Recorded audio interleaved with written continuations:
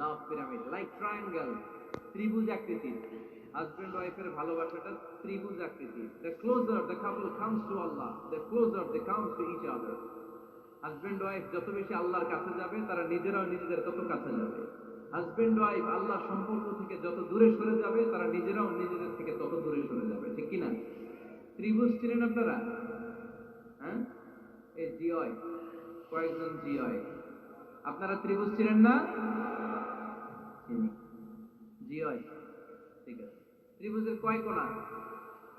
হ্যাঁ, 3 কোণা। এই যে এরকম লাভ পিরামিড, 3 কোণা। এই উপরের কোণায় আল্লাহর অবস্থান, আর এই কোণায় স্বামী, এই কোণায় স্ত্রী। তো তারা আল্লাহর দিকে যত যাবে, নিজেরাও তত কাছে যাবে।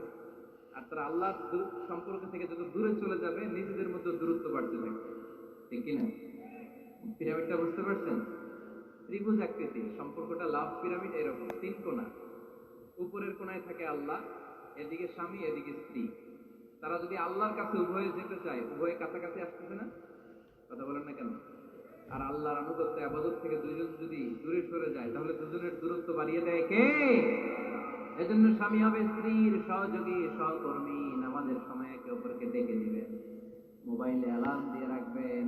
স্বামী স্ত্রীরে ডাকেন, স্ত্রী স্বামীরে ডাকেন।